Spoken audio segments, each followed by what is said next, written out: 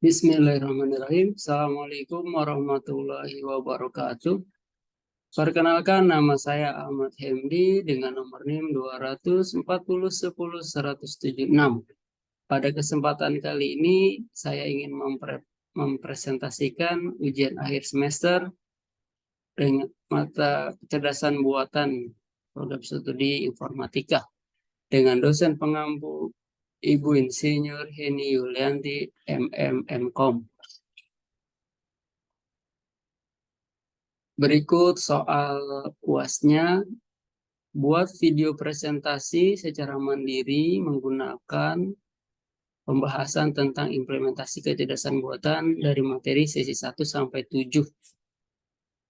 Durasi minimal 20 menit.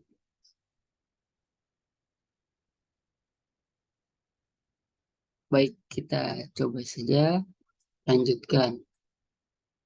Oke, sesi pertama Introduction Kecerdasan Buatan, sesi kedua Revolusi Industri 4.0, sesi ketiga Turing Mesin, keempat Machine Learning dan aplikasinya, sesi 5 Deep Neural Network, yang keenam Menyetting Directory Thematic Laboratory, yang ketujuh Jaringan Saraf Tiruan. Baik, sesi pertama kita masuk ke Introduction Kecerdasan Buatan. Definisi dari kecerdasan buatan atau AI. AI adalah studi tentang membuat komputer mampu melakukan tugas yang biasa dilakukan manusia.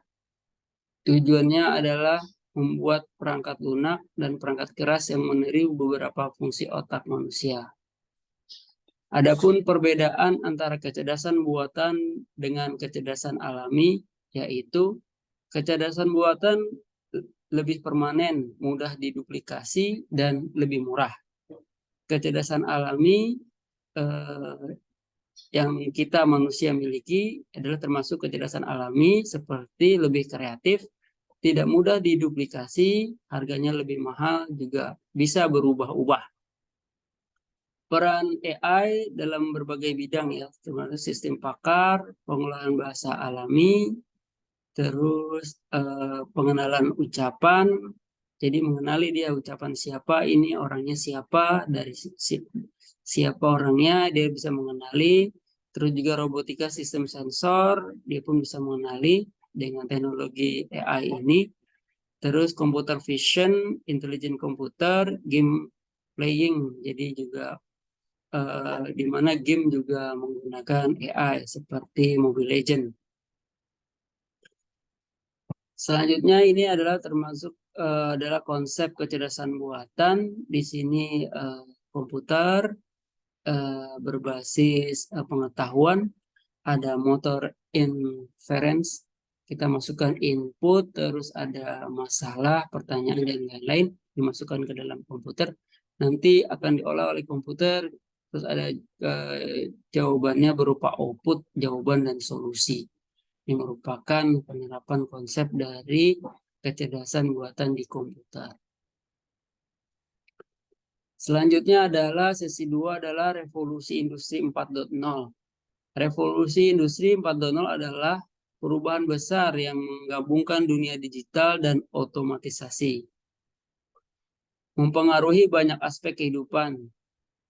Dimulai di Jerman pada tahun 2011 dan mempengaruhi teknologi seperti IoT, Big Data, AI, Cloud Computing, dan pencetakan 3D.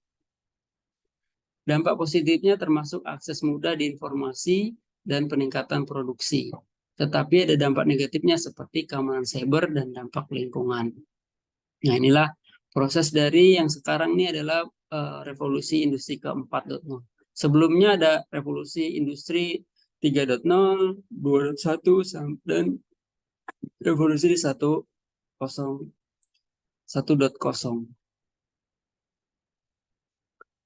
Sesi 3 adalah Turing mesin. Turing mesin ditemukan oleh matematikawan Alan Turing pada tahun 1936. Model komputasi teoritis dasar dalam teori komputasi dan teori bahasa formal. Digunakan untuk menggambarkan perhitungan mekanis. Komponen utamanya, mesin Turing ini adalah suatu mesin yang memiliki teori komputasi untuk menghitung matematis. Pita ini adalah berbentuk susunan sel dari suatu mesin Turing. Dan pita ini dapat mengandalkan pergerakan mundur dan maju. Panjangnya pita tidak terhingga. Di dalam setiap sel terdapat 0 dan 1 atau bahkan tidak terisi. Di atas salah satu pita sel terdapat kepala. Mesin Turing ini dapat memperoleh algoritma apapun. Mesin Turing ini dapat memproses algoritma apapun. Ini contohnya dari mesin Turing ya. 0101. Pentingnya mesin Turing. Mesin Turing membuktikan bahwa ada masalah matematika yang dapat dihitung secara matematik. Kontribusi penting Alan Turing dalam perkembangan teknologi komputasi dan kecerdasan buatan. Nah, ini adalah gambar dari mesin Turing, Wright 2021 ya. Selanjutnya ini adalah visualisasi dari mesin Turing yang dikomputerisasi seperti ini. Ada 0, 1, ada B. B ini adalah kosong, tidak tertulis. Tidak ada isinya itu, kosong. C4 adalah mesin learning atau aplikasinya. Mesin learning adalah cabang kecerdasan buatan yang memungkinkan komputer untuk belajar dan meningkatkan kinerjanya dari data tanpa perlu pemrograman eksplisit manusia. Contoh aplikasi meliputi pengenalan suara, pengenalan wajah, deteksi penipuan, pengolahan citra, rekomendasi produk, diagnosis medis, pertanian, perdagangan keuangan, dan banyak lagi. Aplikasi terus berkembang dan telah mengubah banyak aspek kehidupan kita. Ini contoh-contoh, beberapa contoh dari mesin Turing ya. Jadi ada pengenalan wajah, pengenalan suara, deteksi penipuan, terus bisa diagnostik medis, pertanian, optimalisasi rute logistik seperti Google Map ini termasuk dari kerjanya dari mesin learning. Terus permainan hiburan, games. Nah, ini adalah mesin learning mempunyai pola, ada dua jenis ya. Jadi ada supervised dengan label dan unsupervised tanpa label. Supervised untuk prediksi dan klasifikasi menggunakan label data. Unsupervised adalah pola dan pengelompokan, mencari pola tanpa label. Dan seperti ini ya. Ini adalah diagramnya ya, gambarnya ya, seperti kalau kita lihat ada CATS, mesin learning, terus inputnya CATS, model-model gambarnya, mesin learning dibaca, outputnya keluar. Ada tulisannya CATS. Jadi di sini supervised learning. Sedangkan di sebelahnya unsupervised learning, di sini macam-macam inputan ya, ada gambar CATS, ada doc, macam ya model-model. Nah, mesin learning outputnya langsung membuat itu. Yang mirip-mirip dia akan di grouping menggunakan grup seperti CATS dan docs, model-model docs. Itulah mesin learning ya, ada dua jenis sih.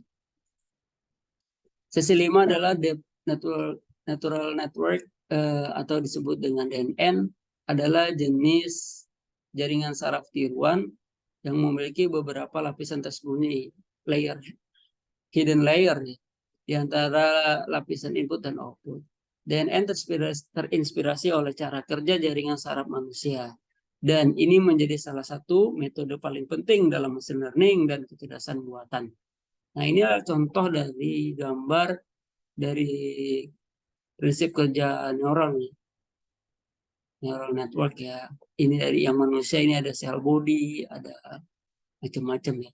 Sedangkan dari neural network yang dari buatan ini seperti ini, ada layer-layer. Hidden layer 1, 2 input layer dan output layer. DNN digunakan dalam berbagai aplikasi termasuk pengenalan gambar dan suara, pemrosesan bahasa, permainan video, kendaraan otonom, jadi kendaraan yang bisa mengenali, bisa setir sendiri, bisa jalan sendiri, banyak lagi. Itu dari deep neural network. Sesi ke-6 adalah menyeting direktori matematik laboratori. Matematik laboratori adalah suatu coding yang memiliki kemampuan yang handal pada perhitungan komputer. Di samping itu, matematika laboratori juga mempunyai mengintegrasikan komputasi, pemrograman, dan visualisasi. Oleh karena itu, matematika laboratori sering dipergunakan dalam pelaksanaan penggunaan dalam bidang riset. Nah, ini bentuknya MATLAB ya, kalau kita sebut dengan MATLAB ya. Jadi bisa kita install bentuknya seperti ini. Kalau nanti dalam bentuknya web, kalau misalkan memori komputernya kecil bisa menggunakan web ya dengan matlab.mathworks.com. Jadi kita bisa menggunakan MATLAB untuk simulasi. Nah, ini komen-komennya, contoh-contoh komen ini kita bisa coba aja, misalkan command window tempat menjalankan perintah MATLAB dengan mengetik dan menekan enter. Misalkan script editor tempat menulis dan menyimpan script MATLAB. Terus dan sebagainya di sini ada semua di sini. Tinggal kita coba-coba aja untuk konfigurasi dari MATLAB, penggunaan MATLAB. Sesi 7 adalah yang terakhir, jaringan saraf tiruan. JST adalah jaringan saraf tiruan adalah sistem komputer yang meniru kerja saraf dalam otak manusia untuk pembelajaran mesin, terutama dengan pengenalan pola seperti wajah dan sidik jari. Proses pengenalan pola melibatkan prapengelolaan data, ekstradisi ciri, dan pengelompokan. JST adalah metode yang mencoba meniru pembelajaran manusia dengan komputer dan memiliki berbagai jenis arsitektur. Pengenalan pola dilakukan dalam berbagai aplikasi, termasuk suara, tulisan, wajah, huruf dengan font, dan pemrosesan citra. Dengan langkah-langkah seperti akuisisi citra, digitalisasi, deteksi batas, ekstraksi ciri, dan pengenalan berbagai skor pencocokan. Ini memiliki aplikasi luas dalam berbagai bidang industri. Nah, ini adalah contoh dari jaringan saraf tiruan. Ada input, masukan, terus ada masukkan ke dalam layer tersembunyi atau hidden layer, terus ada lapisan keluaran. Dan di sampingnya ada flowchart-nya ya, misalkan dimulai terus masukkan citra huruf, tuliskan huruf gitu. Terus pengolahan citra, feature ekstraksi, training pelatihan, dan nanti keluar bobot akhirnya. Jadi ketahuan ini tulisan siapa, tulisan dari mana, sumbernya dari mana, bisa kelihatan dari sini. Ya, jaringan saraf tiruan ini bisa mendeteksinya. Gitu. Misalkan juga wajah, misalkan foto seseorang atau barang produk tertentu bisa juga di search, misalkan ke detektor barang ini dari mana, namanya apa, harganya berapa, lokasinya di mana, bisa juga kedetek dari kecanggihan dari jaringan saraf tiruan ini dengan tahap pengelolaan seperti ini. Seperti mirip-mirip seperti ini. Nah, ini pengolahan dari pengenalan huruf yang bisa juga pengenalan wajah, pengenalan barang, nanti diolah seperti ini, sama mirip seperti ini.